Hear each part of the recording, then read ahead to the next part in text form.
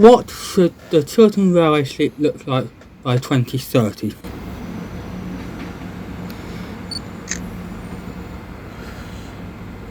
Chiltern Railways currently operates the British Rail class A1s, 165s, 168s, 68s, 82s and Mark III's coaches. They are primarily operated in London, Buckinghamshire, Oxfordshire, Warwickshire and Worcestershire. Chiltern Railways network currently has a top speed of 100 miles per hour, 161 kilometers per hour for the metric lovers.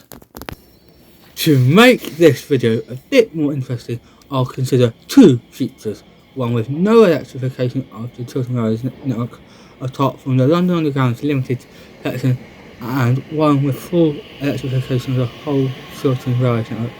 Some requirements of the new trains: they must be able to do at least 100 miles per hour, 161 kilometers per hour, capable, have a floor height of around 1,115 millimeters for railroading with the Elizabeth line at Old Oak Common High Street 2 station, as well as for any future Elizabeth line extensions on the Chiltern Railway network. Have no more than 2+2 seating for maximum comfort, having 2 doorways per coaches, having at least a toilet per unit, because not having a toilet is not acceptable in the services which Chiltern Railways operates. A minimum of 4 coaches with a coach length of at least 20 meters to make sure. And finally, the multiple units should have end gangways to allow movement between multiple units for staff and passengers at short platforms, as well as to allow fewer staff to be required to operate the trains as they can walk through the full train.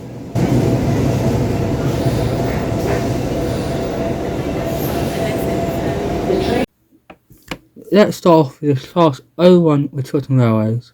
They are a small diesel shunter used in the LC traction maintenance depot for movement of rolling stock inside the depot and around the vicinity of the depot. I would recommend the replacement of the shunter with one of the mainline locomotives for fleet commonality reasons. Next, the Class 165 network of carriers, also known as Chiltern carriers, which were ordered by British Rail Network South East and built by British Rail Engineering Limited. These units have a high acceleration rate of 0.8 meters per second to 1 meter per second, which comes at the cost of their top speed of 75 miles per hour, 120 kilometers per hour for the Chiltern 165. The 165 with Chiltern Railways feature a rare safety system called ATT, Automatic Train Protection, and the London Underground train stops. The automatic ATT is used on the full network apart from the section between Amersham and Harrow on the Hill, where London Underground trip cops are used.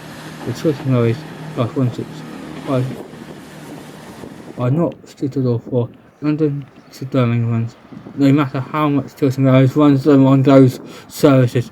Also, they cause issues with catastrophe as they get in the way with their slower top speed than the rest of the Chiltern Railways passenger fleet.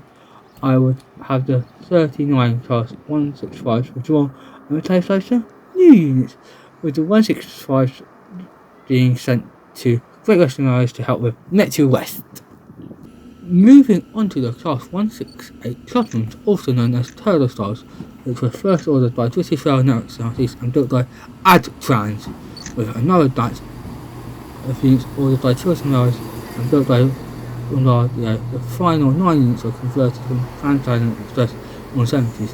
The 168 have a higher top speed than the Class 165, with the Class 168 having a top speed of 100 miles per hour, 161 kilometers per hour, which comes at the cost of an acceleration rate of 0.5 meters per second squared, which, to be fair, is only marginally worse than the former Class 455 with Southern train, which had an acceleration rate of 0.58 meters per second according to Evershot Railroad. Their low acceleration rate does mean on the busier stretches into London Wire they are a catastrophe. The Class 168 of Chiltern Railway also feature the rare station system called ATT and London Underground trip cops. The Class 168 will be replaced by new units as the 168s have DSI clusters and are only able to work with the aging Class 165. The Class 168s are the ideal for some Great Western Railway mid-distance services. Time for the Class 68, Mark III coaches and Class 82s. The Mark III and the Class 82s will be withdrawn and replaced by the withdrawn fleet of Mark 58s, which would allow for an enhancement as the standard junction and Kidderminster services by allowing them to be fully operated by the silver sets. If the line does not get electrified, the Class 68s will stay with Chiltern Railways. However, if the line does get electrified, the Class 68s will be withdrawn and replaced by new locomotives. The Mark III coaches are no longer crash-worthy enough for regular mainline passenger services, shown by what happened in Southall, often Nervet and Stonehaven crashes, where the coaches became partly and in some cases completely destroyed.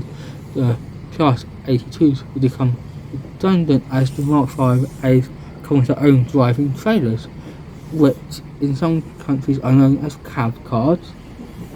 The Class 68s have a max speed of 100 miles per hour, 161 kilometers per hour, and the Class 82s and Mark 3s and Mark 5As have a max speed of 125 miles per hour, 201 kilometers per hour.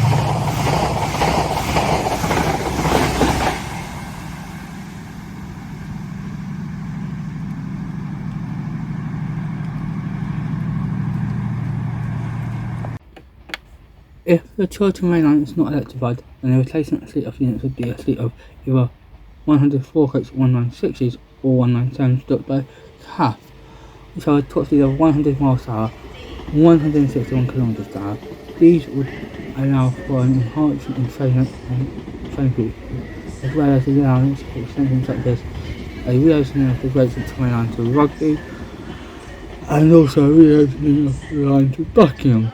They would also allow for the takeover of the Greenford shuttle, which would be extended onto the Chiltern Railway network once the single line between Greenford and South Wessex had been redoubled track and the new platform was built on the new North Main line at Greenford, as well as line upgrades such as 4 tracking sections, if not the full line between London Marylebone and Princess Elizabeth, and double tracking the set line between Princess Elizabeth and LC Vale Hartford.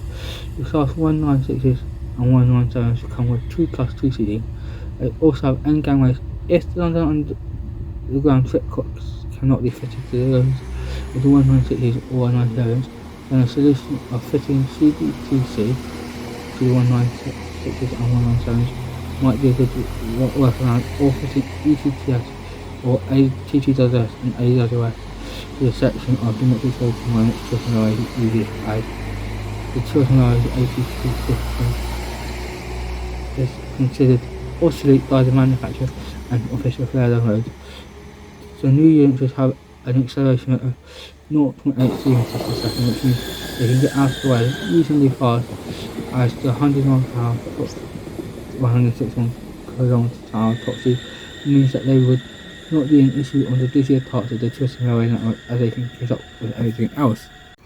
However, if the Chiltern Rail line was electrified, then the replacement fleet of units would be a fleet of 730s with a 110 miles per hour, 171 km top speed, which would allow them to allow for upgrades to be made to the line speed to cut journey times, as Chiltern Rail line can support 110 to 150 miles per hour, 177 to 185 km per hour running without tilting tech, and 125 right 201 km running with tilting tech.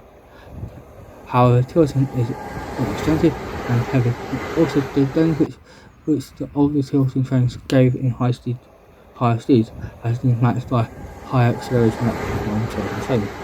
The Class 68s would be replaced by a fleet of Class 93 tri-mode locomotives built by Stadler. The diesel engine and batteries would allow for it to move when where a failure was early, as well as to shunt the 730s. The Class 93s have the same top speed as the 730s at 110 miles per hour, 177 kilometers per hour.